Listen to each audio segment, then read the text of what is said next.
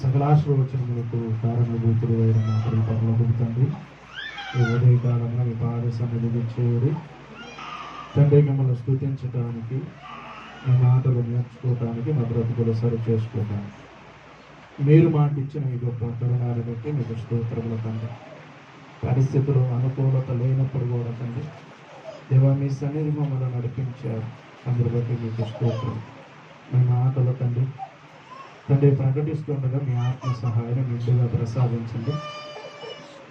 విని విడిచిపెట్టగా వాటి హృదయం మంది భద్రపరచుకోండి. ఆత్మీయ జీవితంలో వృద్ధిని మీరు దయచేయండి. యేసుక్రీస్తు నామమున స్తుతించి ప్రార్థించి వేడుకుంటున్నా పరమ తండ్రి. ఆమేన్. పెట్టేసి పెట్టుకున్నాము. అందరం సర్దుకొని కూర్చున్నాము. గ్యాప్ లేకుండా బయట అవకాశాలు ఇద్దాం.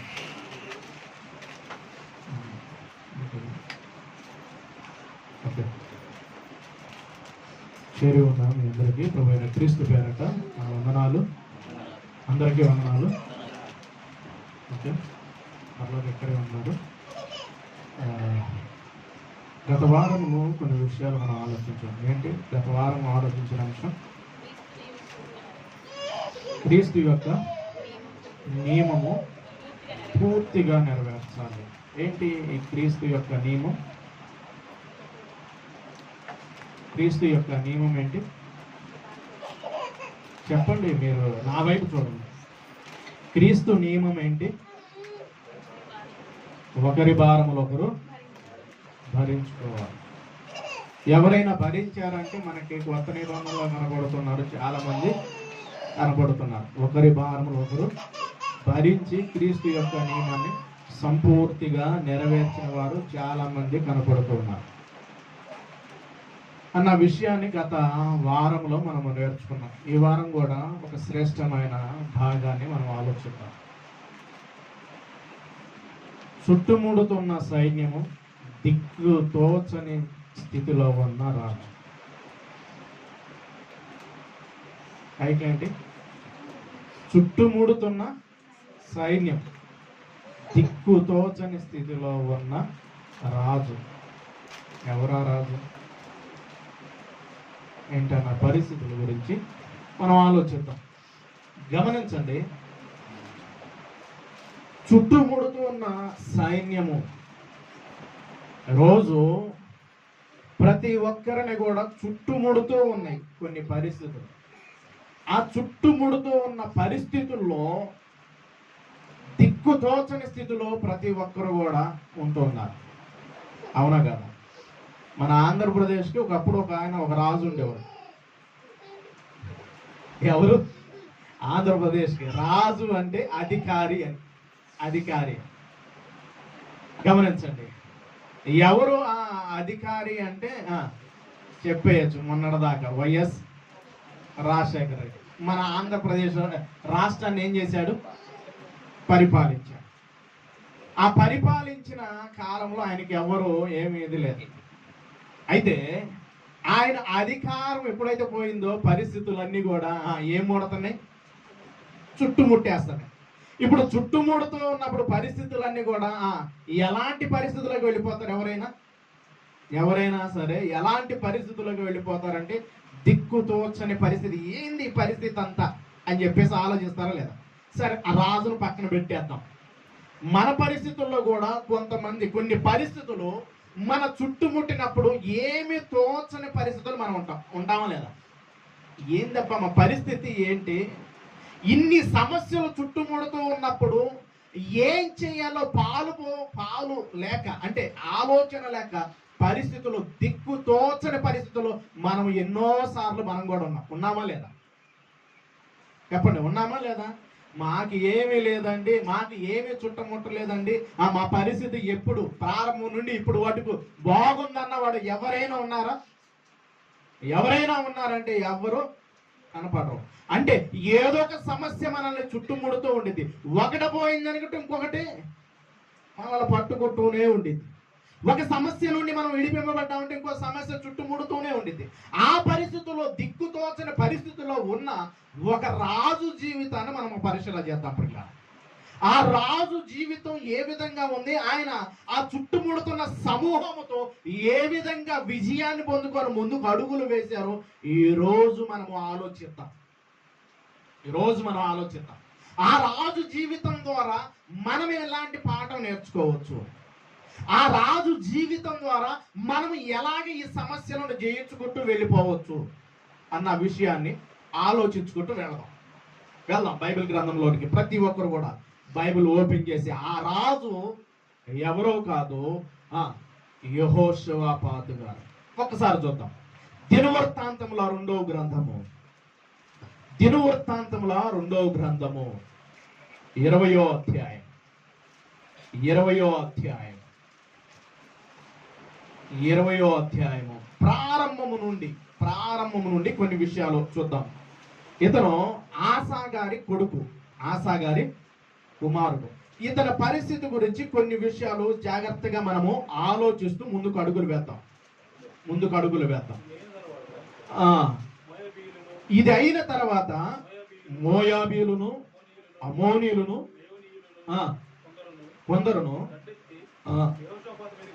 కొందరు దండెత్తి ఎవరి మీదకి వస్తున్నారు? యెహోషువ మీదకి వస్తున్నాడు. ఆయన పరిపాలిస్తూ ఉన్నప్పుడు కొంత సమూహం అంతా కూడా వచ్చేస్తున్నారు. ఇది అయిన తర్వాత అంటే పైన చాలా విషయాలు జరిగినాయి. మీరు ఎక్కడ నుండి అయినా ప్రస్తావన మొదలవుతుండిద్ది అంటే మీరు చదువుకోండి, చాలా విషయాలు ఉంటాయి.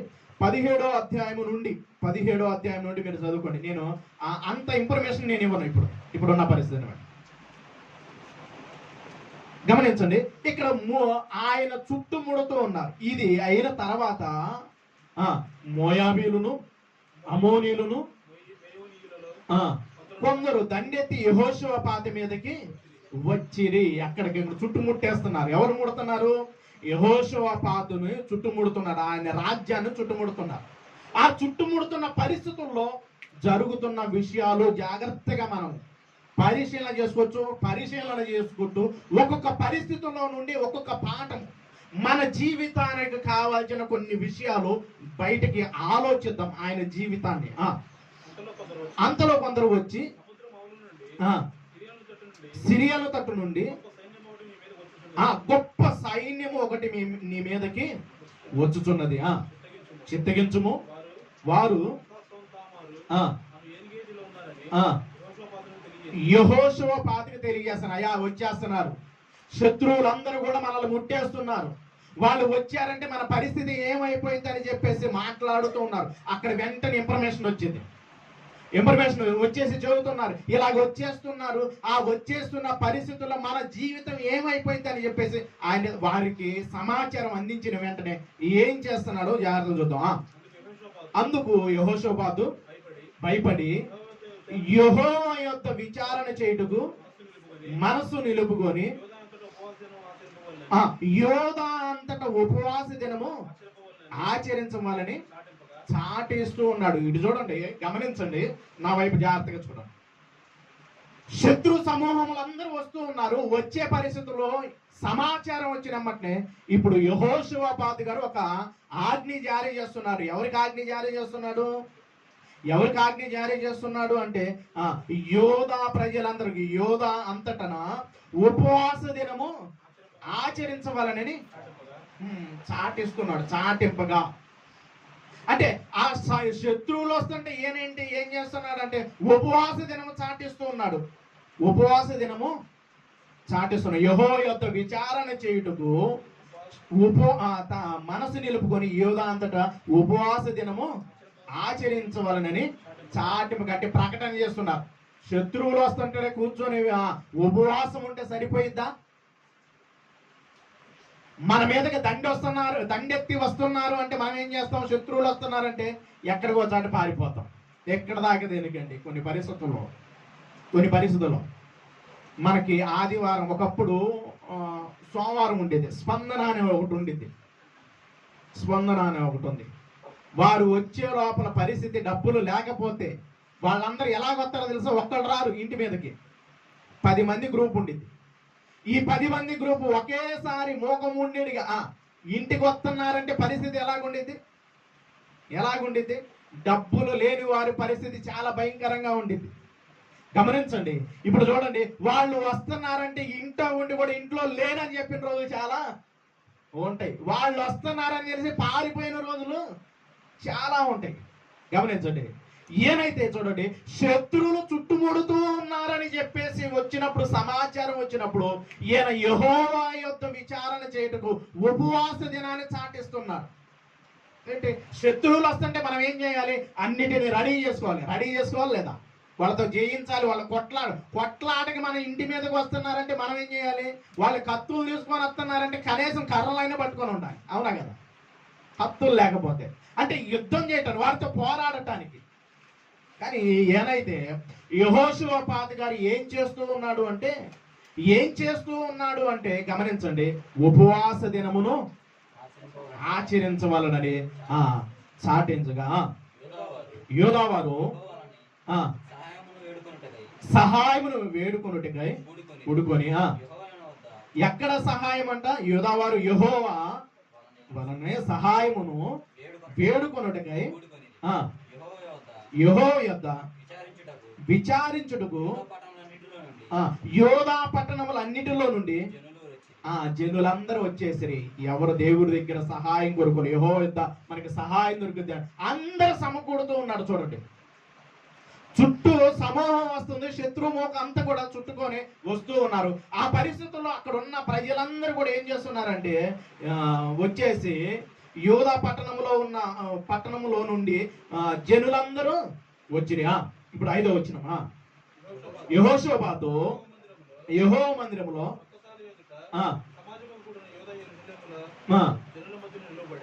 జనుల మధ్య నిలబడి, మా పితరుల దేవా యెహోవా, నీవు ఆకాశమందు దేవుడు అయి ఉన్నావు, అన్ని జనములు రాజ్యములను. ఏమని తెలియజేస్తున్నాడంటే, ఎలా మొదలు పెడుతున్నాడు గమనించండి. ఈయన దేవుని గొప్పతనాన్ని ఉన్నతంగా ఉపవాస దినం చాటించేసారు, అందరూ వచ్చేసారు. ఇప్పుడు ఏమంటున్నాడంటే, దేవునితో మాట్లాడుతూ ఏం చెబుతున్నాడు? ఏమని మాట్లాడుతున్నాడు? మా పితరుల దేవా యెహోవా, నీవు ఆకాశమందుండా దేవుడివై ఉన్నావు, అన్ని జనుల రాజ్యములను ఏలువాడువు నీవే, నీవు బహు బలము గలవాడు. నీవు ఎలాంటి వాడు అంటే గొప్పవాడువే, బహు బలము గలవాడవు. నిన్ను ఎదిరించుటకి ఎవరికి బలము చాలదు. నీ జనులైన ఇశ్రాయేలు ఎదుట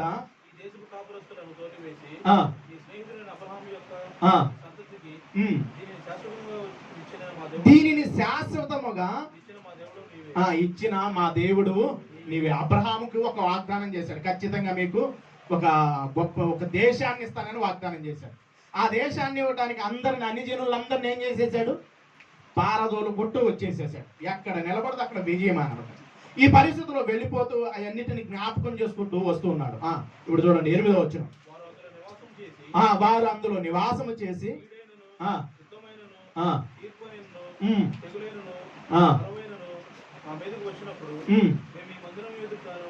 మేము ఈ మందిరం ఎదుటను నీ ఎదుట నిలవబడి. ఈ మాటను అండర్లైన్ చేసుకోండి. మా శ్రమలలో నీకు మొరపెట్టిన ఎడల నీవు ఆలకించి మమ్మల్ని రక్షించదు అనుకుని ఇచ్చట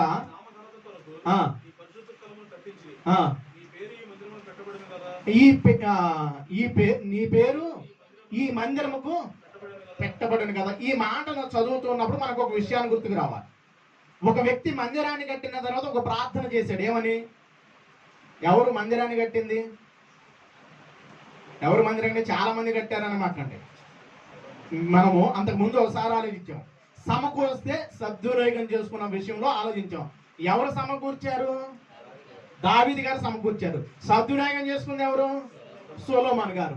దేవుని మందిరం కట్టాలని ఆయనకు ఆలోచన వచ్చింది. ఏం చేశాడు? మందిరాన్ని కట్టేశాడు. మందిరాన్ని కట్టేసి నాకు ఏం మాట్లాడుతున్నాడు ఆయన? ఏమని మాట్లాడుతున్నాడు? అయ్యా నువ్వు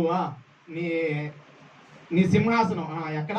ఆయన సింహాసనం ఆకాశం ఉంది, భూమి నీ పాద పెట్టవు, నీకు ఎలాంటి మందిరాన్ని కట్టగలమయ్యా? ఈ మందిరాన్ని నేనైతే కట్టలేదు. అయితే ఆ మనుషులు వారికి ఉన్న పరిస్థితుల్లో వచ్చి, వారికి ఉన్న ఇబ్బందుల్లో, శ్రమలలో వచ్చి నీ దగ్గర ఇక్కడికి వచ్చి మొర పెడితే ఆ శ్రమల్లో నుండి వారిని విడిపించు అని ప్రార్థన చేస్తారు. ఎవరు? సొలొమోను గారు. ఇప్పుడు వీళ్ళు కూడా ఆ పదాన్ని ఎత్తి ప్రార్థన చేస్తున్నారు. గమనించండి. యెహోషువపాత కూడా వారికి వచ్చిన శ్రమలలో, వారికి వచ్చిన పరిస్థితుల్లో వాళ్ళు ప్రార్థన చేస్తున్నారు. చూడండి, మా శ్రమలలో నీకు మొరపెట్టినలా నీవు ఆలకించి ఇచ్చట నీ నామ ఘనత కొరకు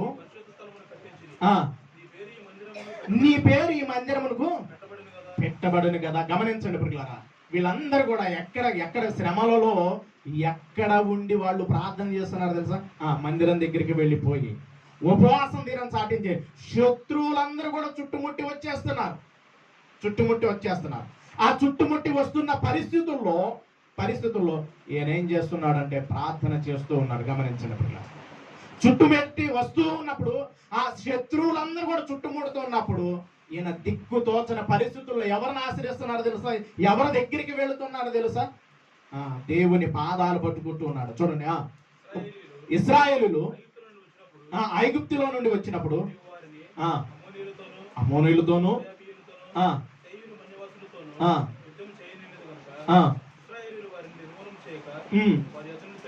వారి యొద్ద నుండి తొలగిపోయారు. నీవు మాకిచ్చిన వారు బయలుదేరి వచ్చి నీవు ఒక్కసారి చూడయ్యా అని చెప్పుకుంటూ వస్తూ ఇప్పుడు రాస్తున్నాడు. ఈ మాటను మన అంశానికి కీ మాట అనమాట. చూడండి 12వ వచనం.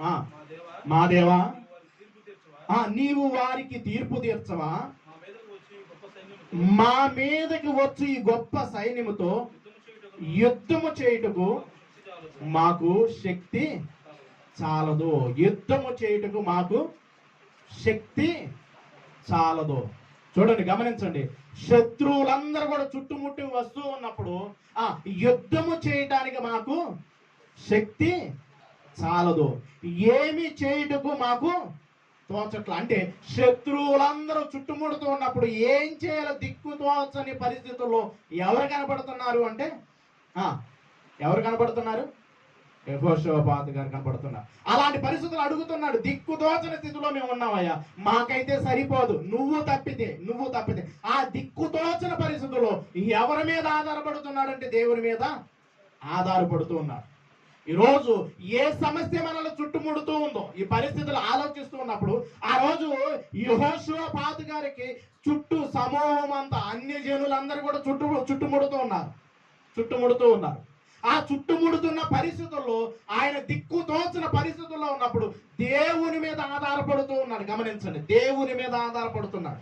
అంటున్న మాటలు చూడండి, ఏమని మాట్లాడుతుండే? మా మీదకు వచ్చు ఈ గొప్ప సైన్యముతో యుద్ధము చేయుటకు మాకు శక్తి చాలదు, ఏమి చేయుటకు మాకు తోచటం లేదు, నీవే మా దిక్కని ప్రార్థన చేసెను. గమనించండి, మనకి బాగా పరిస్థితులు తెలుసు. ఎన్నో పరిస్థితులు ఎదురవుతున్నాయి. ఆ పరిస్థితుల్లో మనము ప్రార్థించే వారిగా మనం ఉంటున్నామా? చుట్టుముడుతూ ఉన్నాయి సమస్యలు. ఆ సమస్యల్లో నిలబడటానికి ప్రార్థించే వారిగా ఉంటున్నామా? మనకి ప్రార్థన విధానం మనకు ప్రతి శనివారం ఏముంటుంది చెప్పండి? విజ్ఞాపన ప్రార్థన ఉంటుంది. మొదటి శుక్రవారం ఏముంటుంది? ఉపవాస ప్రార్థన ఉంటుంది. గమనించండి, అంటే మనకు వస్తున్న ప్రతి సమస్యలో మనము ప్రార్థించే వారిగా ఉండాలి. అందుకని యాకోబు గారు రాసిన పత్రికలో కూడా ఏం చెబుతాడు? మీలో ఎవరికైనా శ్రమ సంభవించిన యెడల అతను ఏం చేయాలి? ప్రార్థన చేయాలి. ఈరోజు ఎంతమంది ప్రార్థించేవారుగా ఉంటున్నాం? సమస్య రంగాలనే దేవుని విడిచిపెట్టి ప్రార్థించకుండా పక్కకి వెళ్ళిపోయే వారిగా ఉంటున్నాము. కానీ మనము ప్రార్థించే వారిగా ఉంటే దేవుడు ఖచ్చితంగా ఆ పరిస్థితుల్లో నుండి విడిపిస్తూ ఉంటాడు. ఆలోచించండి పిల్లరా, దిక్కు దోచని పరిస్థితుల్లో ఉండిపోయాడు. ఏంటయ్యా పరిస్థితి అంటే, ఇంకా నువ్వు తప్పితే మాకు దిక్కు లేదు. ఇప్పుడు నువ్వే మాకు దిక్కని చెప్పేసి దేవుడిని పట్టించుకోకుండా దేవుని సన్నిధిలో కూడకుండా మనము మన పనిల్లో ఉంటేనే మనకి ఏమైనా సహాయం వచ్చిద్దా? రాదు.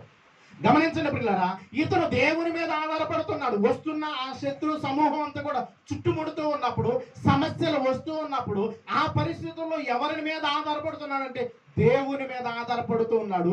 ఆ దేవుని మీద ఆధారపడుతూ ప్రార్థించే వ్యక్తిగా ఉంటున్నాడు.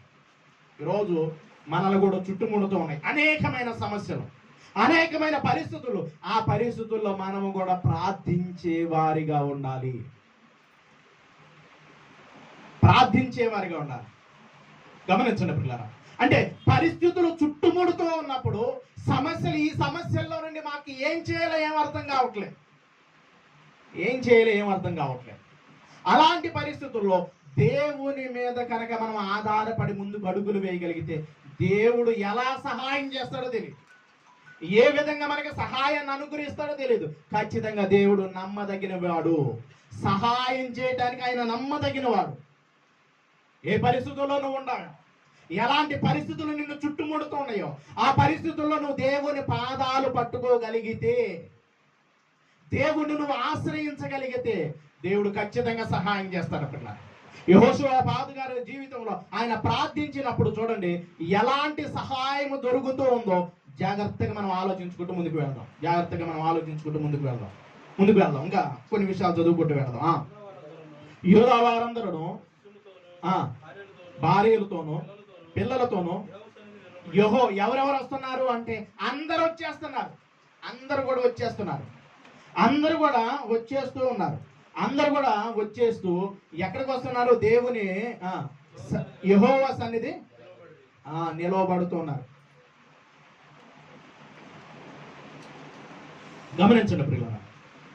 గమనించండి. ఇంకా చూడగలిగితే చాలా విషయాలు మాట్లాడుతుంటారు. ఈ రోజు ఈ దీంట్లోనే చాలా విషయాలు మనం త్వరగా నేర్చుకున్నాం.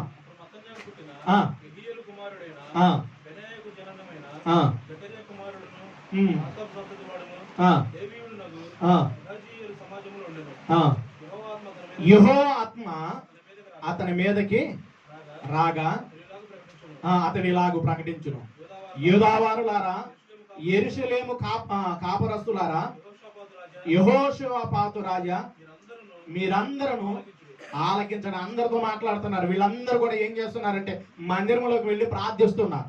శత్రువులందరూ కూడా చుట్టుముడుతూ ఉన్నప్పుడు, ఆ శత్రువులందరూ దగ్గరికి వచ్చేస్తూ ఉన్నప్పుడు వీళ్ళందరూ దేవుని సన్నిధిలో ఉపవాసం ఉండి పిల్లలు పెద్దలు అందరూ కలిసి ప్రార్థన చేస్తూ ఉన్నారు. పిల్లలు ఈ ప్రార్థన చేస్తూ ఉన్నప్పుడు వెంటనే దేవుడు వారితో మాట్లాడటం మొదలు పెడుతూ ఉన్నాడు. యెహోవా ఆత్మ అతని మీదకి రాగా అతని ఇలాగా ప్రకటించును, యూదావారులారా, యెరూషలేము కాపురస్తులారా, యెహోషాపాతు రాజా, మీరందరూ ఆలకించండి. వినండి ఏమని చెబుతున్నాడో చూడండి. యెహోవా సెలవిచ్చింది ఏమనగా, ఈ గొప్ప సైన్యమునకు మీరు భయపడుకుడి, జడివికుడి. ఈ యుద్ధము మీరు కాదయ్య చేసేది, దేవుడే జరిగిస్తున్నాడు. గమనించండి పిల్లరా, ఈ యుద్ధము ఎదుటివాడు వస్తుంటే మనం ఏం చేయాలి? యుద్ధం చేయాలా లేదా? ఇప్పుడు దేవుడు మాట్లాడుతున్నారు, వీళ్ళు ప్రార్థన చేస్తూ ఉంటుంటే మీరు కాదయ్య యుద్ధం చేసేది అంటున్నారు.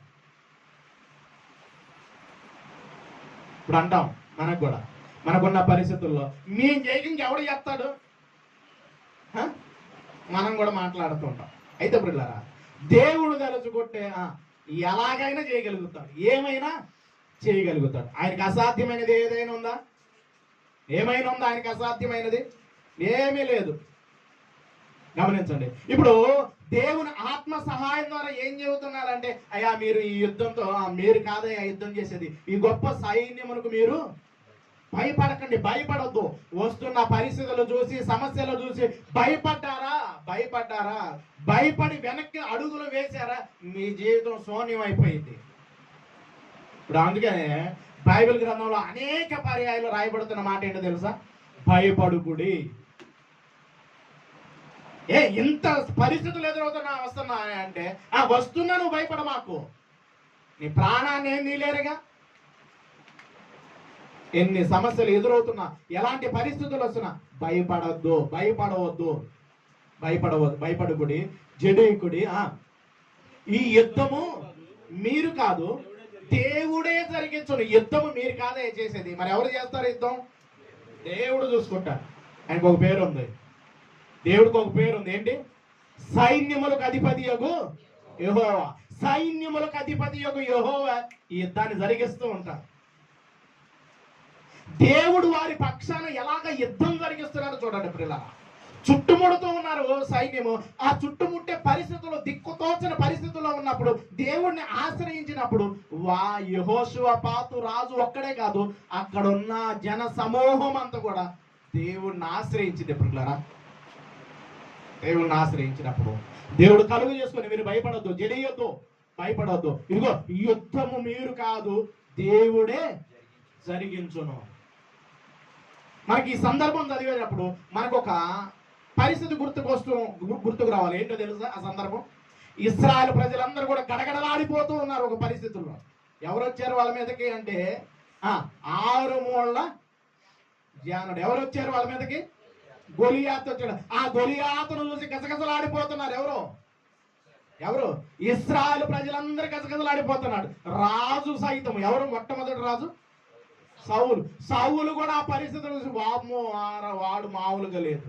వాడి దగ్గరికి వెళ్ళామంటే మెడకాయ మీద తలకాయ ఉండదు. వాడు ఆకారాన్ని చూసే భయపడుతున్నారు. ఈ ఆకారాన్ని చూసి భయపడుతూ ఉన్నప్పుడు ఎవరు వెళ్ళాడు వాడి మీదకి? ఆకారాన్ని చూసాడా? దేవుని పేరట వెళ్ళాడా? గమనించండి. అంటే వస్తున్న సమస్యలు చుట్టుముడుతూ ఉన్నప్పుడు, ఆ సమస్యలు చుట్టుముడుతూ ఉన్నప్పుడు సమస్య వైపు మనం చూడకూడదు, దేవుని వైపు మనము చూసేవారుగా ఉండాలి. దేవుడి మీద ఆధారపడేవారిగా ఉండాలి. దేవుని కొరకు ముందుకు అడుగులు వేసేవారిగా ఉండాలి. గమనించండి. ఇప్పుడు శత్రువులందరూ కూడా చుట్టుముడుతూ ఉన్నారు. ఆ పరిస్థితుల్లో ఇశ్రాయేలు ప్రజలందరూ కూడా గజగజలాడిపోతున్నప్పుడు ఈయన ఎలా వెళ్ళాడో తెలుసా? దావీదు గారు ఏ విధంగా వెళ్ళాడు?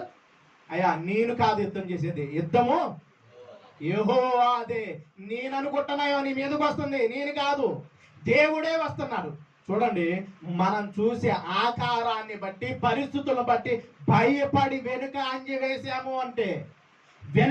వేసాము అంటే మరలా ముందుకు రావాలంటే చాలా కష్టం. అందుకనే కొత్త నిబంధనలు కూడా మాట మాట్లాడతాడు. నాగటి మీద చెయ్యి పెట్టి వెనుక తట్టు చూచువాడు నాకు పాత్రుడు కాడు. ఈరోజు ఏ పరిస్థితులు నిన్ను చుట్టుముడుతున్నాయో, ఎలాంటి పరిస్థితులు మన చుట్టుముడుతున్నాయో, ఆ పరిస్థితులను చూసి నువ్వు భయపడి వెనక్కి వేసావా, నువ్వు జయించలేవు. నువ్వు జయించాలి అంటే ఖచ్చితంగా దేవుని మీద ఆధారపడి ముందుకు అడుగులు వేసేవారిగా ఉండాలి. దేవుని మీద ఆధారపడి ముందుకు అడుగులు వేసేవారిగా ఉండాలి. అది ఆరోగ్యమైన కావచ్చు, అది కుటుంబంలో సమస్య అయినా కావచ్చు, ఎలాంటి పరిస్థితులైనా నీకు చుట్టుముడుతూ ఉన్నాయో, ఆ చుట్టుముడుతున్న పరిస్థితుల్లో ఈరోజు యెహోషువపాతు గారు ఎలాగున్నాడు తెలుసా? ఏ విధంగా ఉన్నాడు తెలుసా? చుట్టుముడుతున్న సమూహము, ఆ సమూహములో, ఆ పరిస్థితుల్లో దేవుని మీద ఆధారపడి ప్రార్థించేవాడిగా ఉంటున్నాడు. చూడండి పిల్ల, దేవుడు అభయాన్ని ఇస్తూ ఉన్నాడు. ఏమనంటే, మీరు భయపడవద్దయ్యా, యుద్ధము మీరు కాదు జరిగించేది, నేనే. రోజు క్రీస్తును కలిగిన మన జీవితాల్లో కూడా మనకు ఎదురవుతున్న ప్రతి సమస్యలో దేవుని మీద ఆధారపడగలుగుతున్నామా? దేవుడు లేని చెప్పి పక్కన పెట్టేసి మనం బ్రతుకుతూ ఉన్నామా? గమనించండి. దేవుడు మనల్ని కలుగు చేసుకుంటే మన సమస్యలు ఎన్నదగినవి కావు. దేవుడు మన పక్షాన ఉంటే ఇంకా మనకి విరోధి ఎవడు? ఆలోచించండి. ఇంకా ముందుకు వెళదాం. రేపు వారి మీదకి పోండి, మీరు వెళ్ళండి, యుద్ధం చేయొద్దు అంటున్నాడు. మరి ఏం చేయమంటున్నాడు? ఆలోచించండి. యుద్ధం మీరు కాదే చేసేది, మళ్ళీ ఏం చేయమంటున్నాడు? వెళ్ళమంటున్నాడు. ఆలోచించండి. ఒక పక్క యుద్ధం చేయొద్దు అంటున్నారు, యుద్ధం మీరు కాదు చేసేది అంటున్నారు, మళ్ళీ ఏమంటున్నాడు? వెళ్ళమంటున్నాడు. వెళ్ళే విధానాన్ని కూడా చెప్పుకుంటూ వస్తున్నాడు. చూడండి, చాలా మంది అనుకుంటారు, దేవుడానికి నేను ఇక్కడ ప్రార్థన చేస్తున్నా, నాకు వీటి నుండి రావాలి అనుకుంటా ఉంటే కుదరదు. అంటే ప్రార్థించాలి, పని చేయాలి. ప్రార్థించాలి, పని చేసేవారు ఉండాలి. గమనించండి. ప్రార్థనా జీవితం కలిగి ఉండాలి. మనము ముందుకు కూడా అడుగులే. యుద్ధం చేయొద్దన్నావు కదయ్యా, నువ్వే చేస్తానన్నావు కదా, అని చెప్పేసి ఆగట్లా. ఇప్పుడు ఏమంటున్నాడంటే వెళ్ళమంటున్నాడు, జాగ్రత్తగా పరిశీలన చేసుకుంటూ వెళదాం. ఎలా పంపిస్తున్నాడు చూద్దాం. రేపు వారి మీదకి పోవుడి.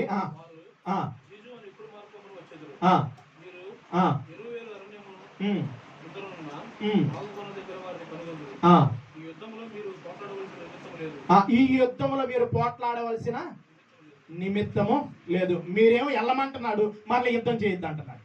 మీరు పోట్లాడాల్సిన అవసరమే లేదు, మీరు కష్టపడాల్సిన అవసరమే లేదు, మరి వెళ్ళమంటున్నావు. ఇదేంటి ప్రభు, నువ్వు అసలు మమ్మల్ని కన్ఫ్యూజ్లో పెడుతున్నావు. యుద్ధము మీరు కాదు అంటున్నారు చేసేది, పోట్లాడేది మీరు కాదు అంటున్నారు, మరి ఎందుకు వెళ్ళేది? ఇక్కడే ఉంటావు, నువ్వే చేసుకో అనొచ్చు కదా. చెప్పింది వినాలి. దేవుడు ఏదైతే చెబుతున్నాడో వాటిని చెయ్యటానికి మనం వంతు. కానీ మనం అంటాం, ఎలాగంటాం తెలుసా? మనం లోతు గారితో దేవదూతలు వచ్చి చెప్పారు, ఎక్కడికి వెళ్ళమన్నారు? ఎక్కడికి వెళ్ళమన్నా? ఆ కొండకి వెళ్ళిపోయింది అన్నాడు. అనగానే, ప్రభువా నీ దాసులం అయితే మా అమ్మ ఆలకించి మేము అక్కడ దాకా వెళ్ళాలి, ఇక్కడే ఉంటాం, నీ కార్యక్రమం మా మీద ఉంచు. మనం కూడా ఇలాగే ప్రార్థన చేస్తాం. దేవుడు చెప్పిన ప్రదేశానికి మనం వెళ్ళమంటే, కాదు ప్రభువా నేను ఇక్కడే ఉంటాను, నువ్వు ఎక్కడైతే వింటానన్నావు, నువ్వు చేస్తానన్నావుగా కార్యాన్ని, యుద్ధం మాది కాదుగా, ఇంకా మేము వెళ్ళి అక్కడికి ఏం ప్రయోజనం? ఇలాంటి సాకులు మనం కూడా చేస్తూ ఉంటాం. ఆడికి వచ్చినా మాకేముంది ప్రయోజనం? ఇప్పుడు ఎక్కడైనా వీళ్ళు యుద్ధానికి వెళుతున్నారు, యుద్ధానికి వెళుతున్నారు, వెళ్ళండి అక్కడికి వెళ్ళండి, ఏదో ఒకటి మీరు నిలబడండి అంటే, మేము రాము, అక్కడికి వచ్చి మాకేం పని ఉంది? ఏమన్నా ఉందా మాకు పని? వాళ్ళు చూసుకుంటారులే, నువ్వు చూసుకో. ఇలాంటి సమాధానాలు ఉన్నాయి అన్నమాట. దేవుడి పని ఉంది, ఆ దేవుడి పని ఉన్నప్పుడు రండి అన్నప్పుడు అందరు కదలాల్సింది, ఇంకంతే కదలాలి. నేను వచ్చి ఏం చేస్తా అక్కడ, మాకేముందాడా పని? ఇలాంటి సాకులు చెబుతాం మనం. అయితే దేవుడు రమ్మన్నప్పుడు వెళ్ళండి అన్నప్పుడు వెళ్ళాలి. చూడండి, వారు సాకులు చెప్పేవారిగా ఉండట్లేదు, చెప్పిన మాట వింటున్నారు, చెప్పిన మాట వింటున్నారు. మనమైతే టకటక చెప్పేస్తాం, అక్కడ మాకేమి లేవు కదా, మనకేం అవకాశాలు, మనం ఏముంది, వాళ్ళు చూసుకుంటారు, వీళ్ళు చూసుకుంటారు, ఇలా అంటూ ఉంటాం. గమనించండి, అంటే మన సమస్యలు చుట్టుముడుతూ ఉన్నప్పుడు దేవుడు చెప్పింది చేసుకుంటూ ముందుకు వెళ్ళాలి, దేవుడు చెప్పింది చేసుకుంటూ వెళ్ళాలి. అలాంటి పరిస్థితుల్లో వెళ్ళమన్నప్పుడు చూడండి, వెళుతూ ఉన్నారు వాళ్ళు. ఈ యుద్ధములో మీరు పోట్లాడవలసిన నిమిత్తము లేదు. యోధావారులారా, యెరూషలేము వాసులారా, ఎలాగ ఉండాలంట? యుద్ధ పంక్తులుగా, అంటే లైన్గా క్రమంగా మీరు ఉండండి అంటున్నాడు. ఈరోజు ఎన్నిసార్లు మనం క్రమం చెబుతున్నా, పద్ధతులు చెబుతున్నా, ఏం చేయం మనం? వింటున్నామా? వినండి, తలకాయలు పైకి ఎత్తండి. వింటున్నామా? వారు మాట చెప్పారు, యుద్ధ పంక్తులుగా వారు తీర్చిదిద్దండి అనగల వాళ్ళందరూ కూడా సిద్ధపడిపోయారు, రెడీగా ఉండిపోయారు. యుద్ధం మీరు చెయ్యరని చెబుతున్నాడు, నేనే చేసేది అంటాడు. కానీ మీరందరూ కూడా సిద్ధంగా ఉండాలి. ఇప్పుడు క్రైస్తవుడిగా మనం కూడా ఎప్పుడూ రెడీగా ఉండాలి. అప్పుడప్పుడు ఆదివారం రాగానే కత్తి తీయాలి. ఏ కత్తి? బైబిల్. బుధవారం రాగానే కత్తి, మిగతా రోజులు అవసరం లేదు. గమనించండి, ఎప్పుడు మనం సిద్ధంగా ఉండేటట్టు ఉండాలి. వారిని ఏమంటున్నాడు చూడండి, జాగ్రత్తగా మరలా పరిశీలన చేసుకుంటూ వెళ్దామా. ఈ యుద్ధంలో మీరు పోట్లాడవలసిన నిమిత్తము లేదు. యోధావారుల పోట్లాడవలసిన అవసరమే లేదంటున్నాడు. యోధావారులారా, యెరూషలేము వాసులారా, మీరందరూ యుద్ధ పంక్తులుగా తీర్చి నిలవబడండి అంటే మేము నించోయా? ఎదురు సమాధానము చెప్పేవారుగా మనము ఉండకూడదు. ఎదురు సమాధానము చెప్పేవారు కూడా, దేవుడు ఏదైతే ఆజ్ఞ జారీ చేస్తున్నాడో నాయకుడు, వాటిని పాటించే వారిగా ఉండాలి. అప్పుడు మనం జయించగలుగుతాం. చూడండి, మీతో కూడా యెహోవా దయచేయు రక్షణను మీరు చూచెదరు.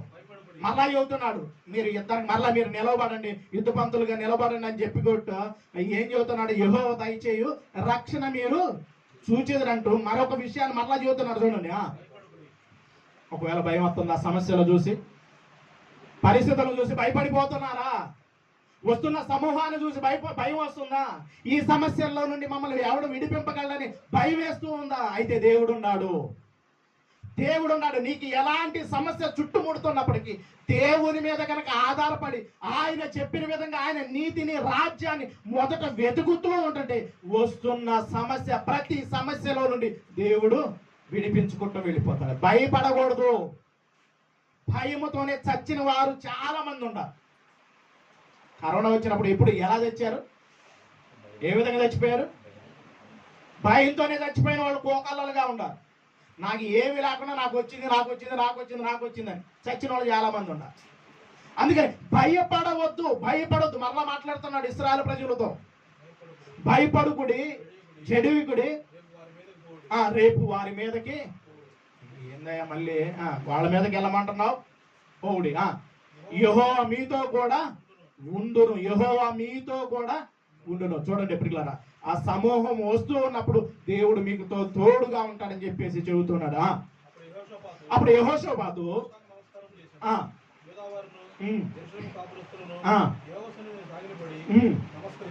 నమస్కరించారు. వీళ్ళందరూ కూడా దేవుని సన్నిధిలో నమస్కారం చేసి ఏం చేస్తున్నారో చూద్దామా.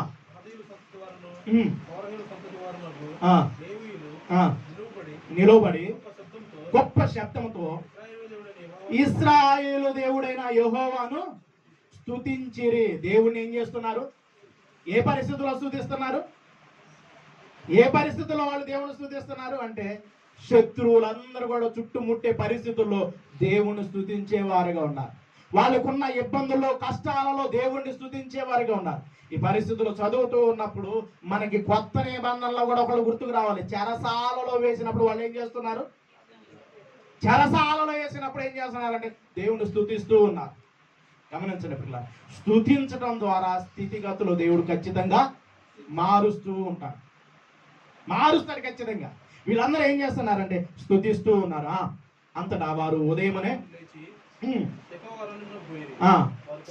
వారు పోవచ్చుండగా యెహోషాపాతు నిలబడి నా మాట వినండి అయ్యా, మీరు ఇప్పటికైనా నా మాట వినండి, మీరు అటు ఇటు తిరగమాకండి, నా మాట వినండి అని చెప్పుకుంటే ఏం తెలియజేస్తున్నాడు చూడండి. మీ దేవుడైన యెహోవాను నమ్ముకొనుడి, అప్పుడు మీరు స్థిరపరచబడతారు. దేవుని మీద ఆనుకోండి. దేవుని యందు స్థిరమైన విశ్వాసంతో ముందుకు అడుగులు వేయండి. ఇశ్రాయేలు వారితో మాట్లాడుతున్న మాట, యూదా వారితో, యెరూషలేములో కాపురస్థంలో ఉన్న వారి ప్రజలందరితో మాట్లాడుతుంది. యెహోవాను నమ్ముకొనండి, దేవుడి మీద ఆధారపడండి, మీరు స్థిరపరచబడుదురు.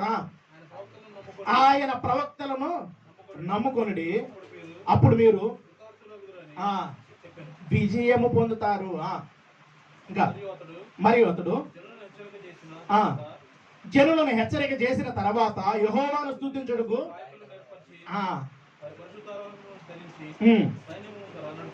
ఎక్కడ నడుస్తున్నారు వీళ్ళు?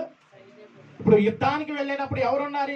యుద్ధానికి ముందు ఎవరున్నారు? మంచి గొప్ప వాళ్ళని పెట్టారు. అవునా కదా? గమనించండి, జాగ్రత్తగా వినండి. యుద్ధం చేసేటప్పుడు యుద్ధంలో ముందు ఎవరు ఉండాలి?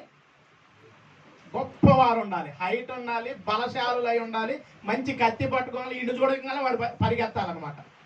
వీళ్ళేం చేస్తున్నారు తెలుసా? యెహోషాపాతు దేవుని స్తుతించే యాజకులను ముందు పెడుతున్నారు,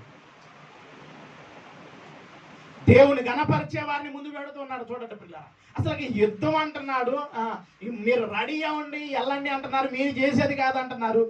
ఎవరిని ముందు పెడుతున్నారు అంటే స్తుతించే వారిని.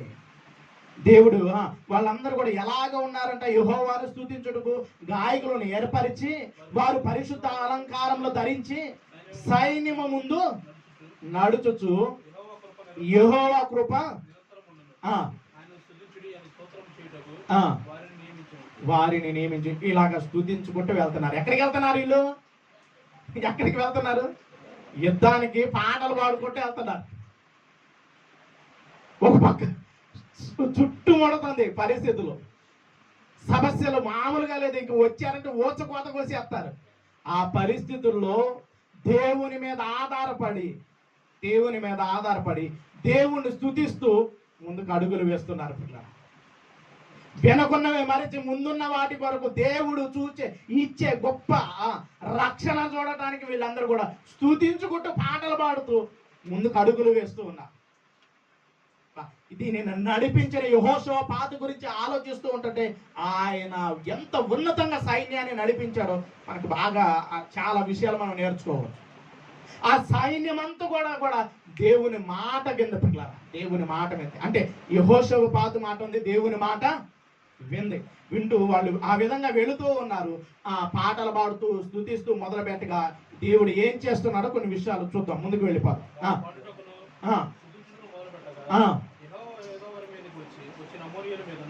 వీళ్ళు వాళ్ళంట పాటలు పాడుతూ స్తుతించుటకు మొదలు పెట్టగా, అంటే ఎప్పుడైతే స్తుతిస్తూ ఉన్నారు, ఎప్పుడైతే గణపరుస్తూ ఉన్నారు యెహోవా యోధా వారి మీదకి వచ్చిన అమోనీయుల మీదను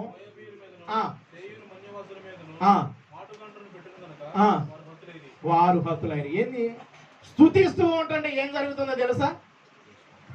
వాళ్ళ మీదకి ఎవరు పెట్టాడు దేవుడు? మాటగాలు. వీళ్ళ మీదకి సైన్యం అంతా కూడా వచ్చేస్తూ ఉంది. వీళ్ళ కోసం దేవుడు ముందుగానే ఎవరిని సిద్ధపరిచాడు? మాటగాళ్ళని సిద్ధపరిచాడు. రోజు దేవుడు మనకున్న ప్రతి పరిస్థితుల్లో నుండి విడుదల దయచేయడానికి, మనకి సహాయం చేయడానికి ఎప్పుడు ఆయన సిద్ధంగా ఉన్నాడు. ఏ ద్వారా దేవుడు సహాయాన్ని పంపిస్తాడో తెలియదు. మన మీదకి అందరూ దండెత్తి రావచ్చు, అన్ని సమస్యలు మనల్ని చుట్టుముట్టేయచ్చు. ఆ చుట్టుముడుతున్న పరిస్థితుల్లో మనము నిలబడాలి. మనం ఏం చేయాలి? నిలబడాలి. వీరందరూ కూడా సైన్యం అంతా కూడా చుట్టుముడుతున్నారు. శత్రువులందరూ చుట్టుముడుతున్నప్పుడు ఆ పరిస్థితుల్లో ఈయన ఏం చేస్తున్నాడంటే స్తుతించుకుంటూ దేవుని మాటకు విధేయుడై ముందుకు అడుగులు వేశారు. కాబట్టి ఎప్పుడైతే స్తుతిస్తున్నారో ఆ శత్రువులు, చుట్టుముడుతున్న శత్రువులను హతము చేయడానికి ఎవరిని పెట్టాడు? మాటగాళ్ళను పెట్టేసేసారు. వీళ్ళందరూ కూడా ఏం చేస్తున్నారు తెలుసా? వీళ్ళందరూ కూడా ఏం చేస్తున్నారు అంటే వాళ్ళందరినీ కూడా చంపేస్తున్నారు. గమనించండి, దేవుని బిడ్డల చుట్టూ దేవుడు ఎప్పుడు తన కంచిని వేస్తూ ఉంటాడు. తనను నమ్ముకున్న బిడ్డలను ఏ రోజు ఆయన విడిచిపెట్టడు. ఈరోజు ఏ పరిస్థితుల్లో మనం ఉన్నామో ఆ పరిస్థితుల్లో మనం దేవుని స్తుతించుకుంటూ దేవుడు చెప్పిన విధంగా నడుచుకుంటూ ముందుకు వెళుతూ ఉంటుంటే దేవుడు మన జీవితంలో కార్యం చేయటం మొదలు పెడుతూ ఉంటాడు. వచ్చేసింది మన మీదకి సమస్య, ఇంకా ఎవడు విడిపించడానికి లేడు అనుకున్న పరిస్థితుల్లో దేవుడు విడిపించడానికి, దేవుడు మన పక్షాన కార్యాన్ని చేయడానికి ఎవరినో ఒకరిని నిలబెడుతూ ఉంటాడు. గమనించండి, చదువుకుంటూ ముందుకు వెళ్ళిపోదాం త్వరగా.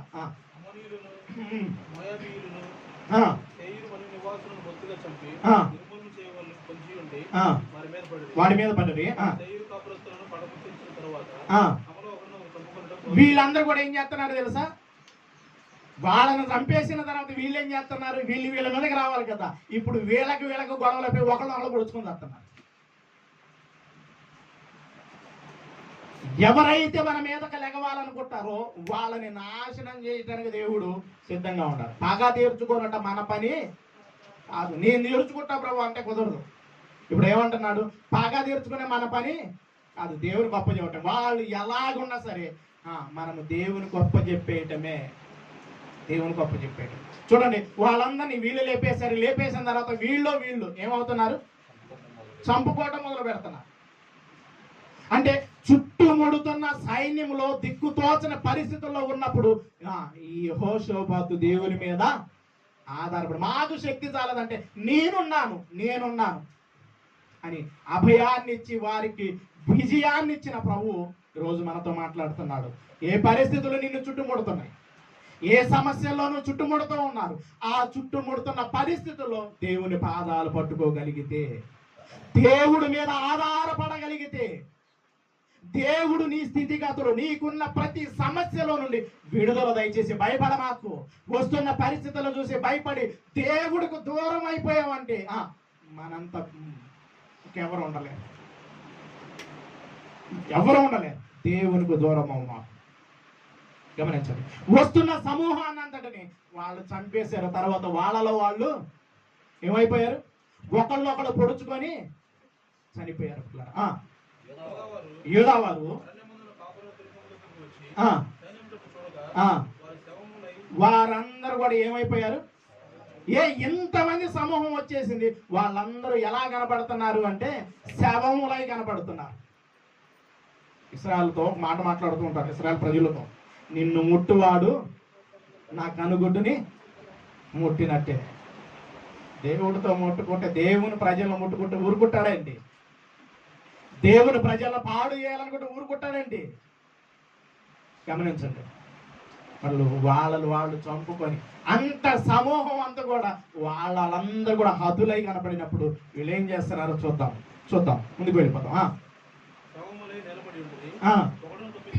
ఒక్కడు కూడా తప్పించుకోవటానికి వీళ్ళేది, అందరూ చచ్చిపోయారట. యెహోషాపాతును వారి వస్తువులను దోచుకున్నట్టుకు దగ్గరకు రాగా విస్తారమైన ధనమును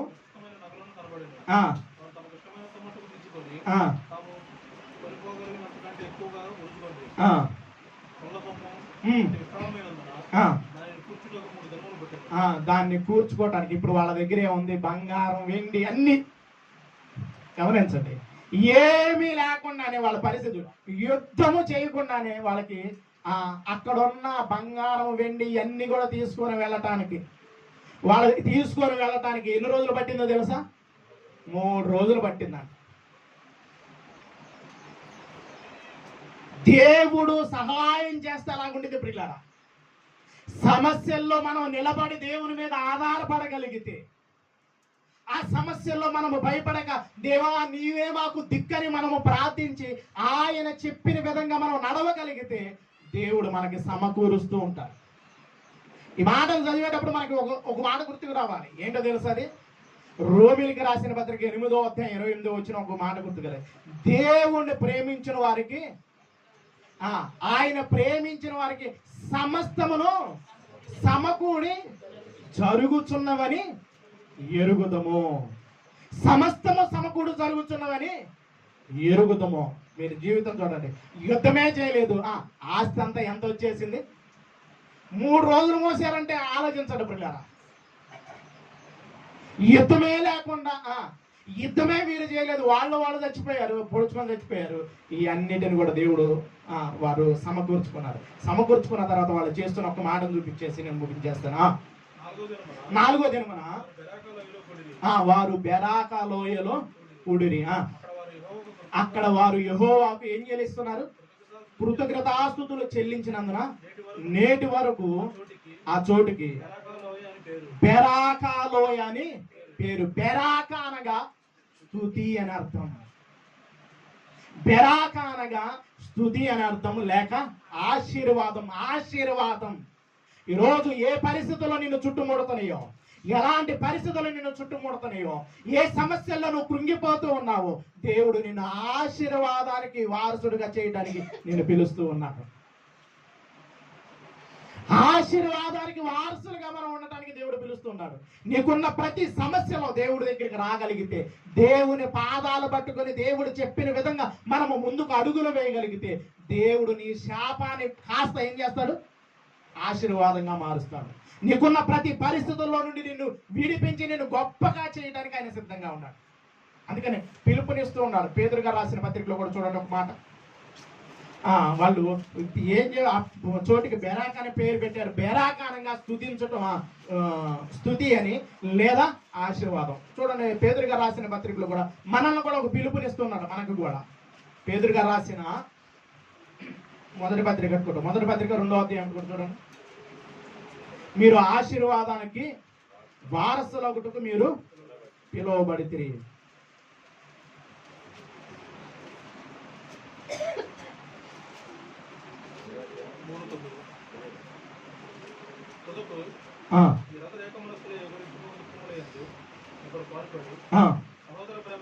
సహోదర ప్రేమగా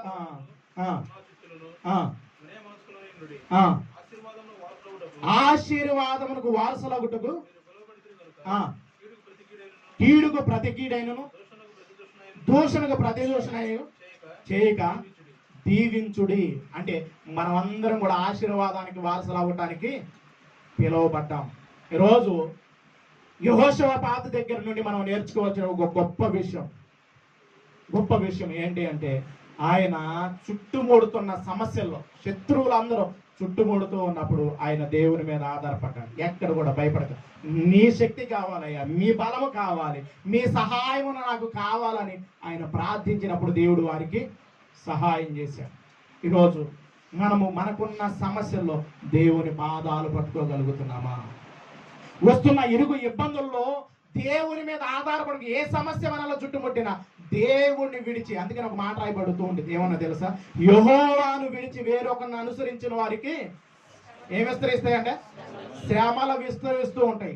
దేవుని సన్నిధి, దేవుని కార్యక్రమాలు విడిచిపెట్టి వెళ్ళిపోతున్నామా? మనం ఆశీర్వాదానికి హక్కుదారులుగా మారిపోము. ఆలోచించండి. చెప్పింది చెప్పినట్టుగా చేసుకుంటూ వెళ్ళిపోయాడు యెహోషాపాతు. వెళ్ళాడు కాబట్టి ఆయన యుద్ధాన్ని జయించాడు, యుద్ధంలో జయించాడు. ఆయన చెప్పింది చెప్పినట్టుగా చేసుకుంటూ పోయాలి కాబట్టి వారు ఆశీర్వదింపబడ్డారు. సమస్తమును సమకూడి, యుద్ధం చేయకుండా అన్ని సమకూడిని, యుద్ధము చేయకుండానే సమకూర్చాడు. ఈరోజు మనల్ని కూడా దేవుడు దీవించాలి అనుకుంటున్నాడు. వస్తున్న ప్రతి సమస్యలో నుండి మనల్ని విడిపించాలి అనుకుంటున్నాడు. అయితే ఆ సమస్యల్లో మనం నిలబడాలి. వస్తున్న సమస్యలను చూసి భయపడి దేవుడికి దూరంగా వెళ్ళకూడదు. సమస్యలు చూసి భయపడి మనం దేవునికి దూరంగా వెళ్ళిపోకూడదు. ఆ సమస్యల్లో మనము ముందుకు అడుగులు వేయాలి. ఆ సమస్యలో దేవుని సన్నిధిలో మనం ప్రార్థించాలి. ప్రార్థించినప్పుడు దేవుడు గొప్ప విజయాన్ని అనుగ్రహిస్తాడు.